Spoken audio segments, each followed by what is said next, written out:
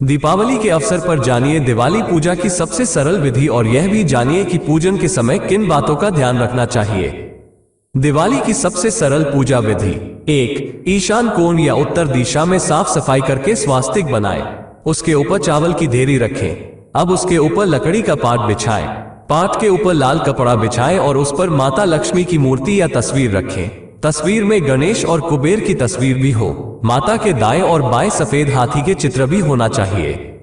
2. पूजन के समय पंचदेव की स्थापना जरूर करें। सूर्यदेव, श्री गणेश, दुर्गा, शिव और विष्णु को पंचदेव कहा गया है। इसके बाद धूप दीप जलाएं। सभी मूर्ति और तस्वीरों को जल छिड़ककर पवित्र करें। 3. अब खुद कुश के आसन पर बैठकर माता लक्ष्मी की षोडशोपचार पूजा करें, अर्थात 16 क्रियाओं से पूजा करें। पाद्य, अर्घ्य, आचमन, स्नान, वस्त्र, आभूषण, गंध, पुष्प, धूप, दीप, नैवेद्य, आचमन, तांबूल, स्तवपाठ, तर्पण और नमस्कार। पूजन के अंत में सांता सिद्धि के लिए दक्षिणा भी चढ़ाना चाहिए। 4. माता लक्ष्मी सहित सभी के मस्तक पर हल्दी, कुंकु, चंदन और चावल लगाएं। फिर उन्हें हार और फूल चढ़ाएं। पूजन में अनामिका अंगुली, छोटी अंगुली के पास वाली यानी रिंग फिंगर से गंध, चंदन, कुमकुम, अबीर, गुलाल, हल्दी आदि लगाना चाहिए। इसी तरह उपरोक्त षोडशोपचार की सभी सामग्री से पूजा करें।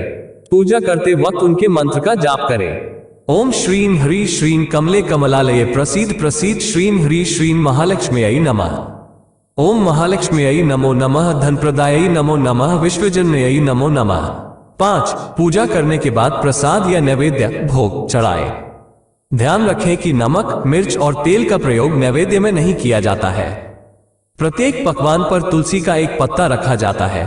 इस दिन लक्ष्मी जी को मखाना, सिंघाड़ा, बताशी, ईख, हलवा, खीर, अनार, पान, सफेद और पीले रंग के मिष्ठान, केसर भात आदि अर्पित किए जाते हैं। पूजन के दौरान 16 प्रकार की गुजिया, पपड़िया, अनरसा, लड्डू भी चढ़ाए जाते हैं। आह्वान में पुलहरा चढ़ाया जाता है। इसके बाद चावल, बादाम, पिस्ता, छुआरा, हल्दी, सुपारी, गेहूं, नारियल अर्पित करते हैं। केवड़े के फूल और आमबेल का भोग अर्पित करते हैं। 6. पूजा करने के बाद अंत में खड़े होकर उनकी आरती करके नैवेद्य चढ़ाकर पूजा का समापन किया जाता है। पूजा के बाद कपूर आरती जरूर करें। कर्पूर गौरम करुणा का श्लोक बोले। आरती को सबसे पहले उसे अपने आराध्य के चरणों की तरफ 4 बार, इसके बाद नाभि की तरफ 2 बार और अंत में 1 बार मुख की तरफ घुमाएं। ऐसा कुल 7 बार करें।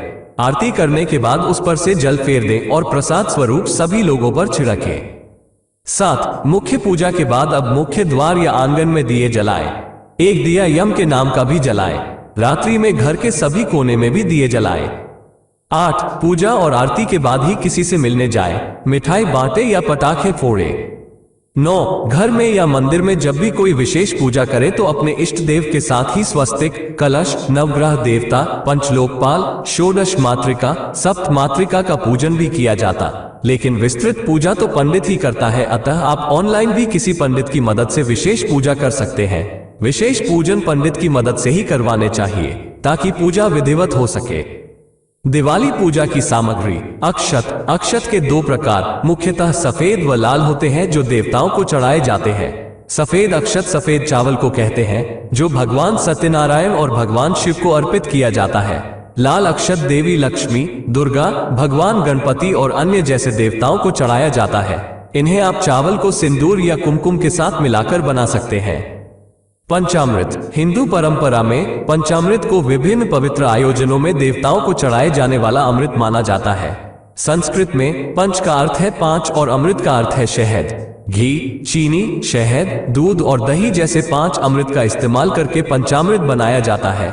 इसमें से हर एक का कुछ महत्व है। शहद एकता का प्रतीक है। दही शक्ति प्रदान करता है। चीनी मिठास प्रदान करती है। घी शरीर को पोषण देता है और दूध पवित्रता प्रदान करता है। 1 कटोरी दूध लें, इसमें चीनी और घी डालें, फेंटा हुआ दही डालें, शहद डालें, चीनी घुलने तक अच्छी तरह मिलाएं। कलावा। कलावा रुई से बना लाल और पीला धागा है जो हमें बाजार में आसानी से मिल जाता है। इसका उपयोग हर पूजा में किया जाता है क्योंकि इसे शुभ माना जाता है। ये धागा हर पूजा में इस्तेमाल होता तथा इसे भगवान को चढ़ाने वाले कपड़े के रूप में इस्तेमाल किया जाता है। कलाई से बांधे जाने पर यह हृदय संबंधी बीमारियों, रक्तचाप, मधुमेह और पक्षाघात जैसी समस्याओं से सुरक्षा देता है। दूर्वा घास। अगर आपके यहाँ हरी घास वाला लॉन है तो आप वहां से दूर्वा घास तोड़ सकते हैं। दूर्वा घास ताजी हरी घास है जिसमें कोमल हरे अंकुर होते हैं। दूर्वा पूजा के दौरान कुछ देवी देवताओं को भेंट की जाने वाली एक महत्वपूर्ण भेंट है। दूर्वा के नाजुक पत्तियों पर मौजूद ओस की बूंदों में देवताओं के दैवीय सिद्धांतों को अवशोषित करते हैं। जनेऊ। जनेऊ सफेद रंग के धागे का होता है जो विभिन्न धागों से बना होता है। प्रत्येक हिंदू ब्राह्मण इस पवित्र धागे को पहनता है क्योंकि यह स्वच्छता में सुधार करता है, दीर्घायु प्रदान करता है। इसका उपयोग हर पूजा विधि में प्रसाद के रूप में किया जाता है। 3 धागे 3 देवी अर्थात लक्ष्मी, सरस्वती और काली का प्रतिनिधित्व करते हैं, जबकि अन्य ब्रह्मा, विष्णु और महेश का प्रतिनिधित्व करते हैं। पूजा में रखे 10 बातों का ध्यान। 1. दिवाली के पूजा रात्रि के विशेष मुहूर्त में की जाती है। मान्यता अनुसार चौघड़िया का महायोग और शुभ कारक लग्न देखकर रात्रि में लक्ष्मी पूजा का प्रचलन प्राचीन काल से ही चला आ रहा है। लक्ष्मी कारक योग में पूजा करने से कर्ज से मुक्ति मिलती है, तो दूसरी ओर अच्छी और शुद्ध भावना से लक्ष्मी की पूजा से धन और समृद्धि बढ़ती है। 2. इस दिन प्रातः उठकर नित्य कर्म से निवृत्त होकर पूजा की तैयारी कर ले। पूजा के समय घर के सभी सदस्य एकत्रित होकर ही पूजा करें। पूजा जमीन पर ऊनी आसन पर बैठकर ही करनी चाहिए। 3. पूजा के दौरान किसी भी प्रकार शोर न करें और न ही किसी अन्य प्रकार की गतिविधियों पर ध्यान दें। ईश्वर के लिए जलाए जाने वाले दीपक के नीचे चावल अवश्य रखने चाहिए। पूजा के दौरान कभी भी दीपक से दीपक नहीं जलाना चाहिए। 4. तांबे के पात्र में चंदन नहीं रखना चाहिए और न ही पतला चंदन देवी देवताओं को लगाएं। 5. पूजा के पूर्व घर आंगन को अच्छे से सजाएं। द्वार देहरी पर रंगोली और मांगने बनाएं। द्वार पर वंदनवार लगाएं। नियम से उचित संख्या में दिए लगाएं और मां लक्ष्मी के पद चिन्ह मुख्य द्वार पर ऐसे लगाएं कि कदम बाहर से अंदर की ओर जाते हुए प्रतीत हों। 6. घर के ईशान कोण में ही पूजा करें। पूजा के समय हमारा मुंह ईशान, पूर्व या उत्तर में होना चाहिए। लक्ष्मी पूजा के समय 7 मुख वाला घी का दीपक जलाना चाहिए।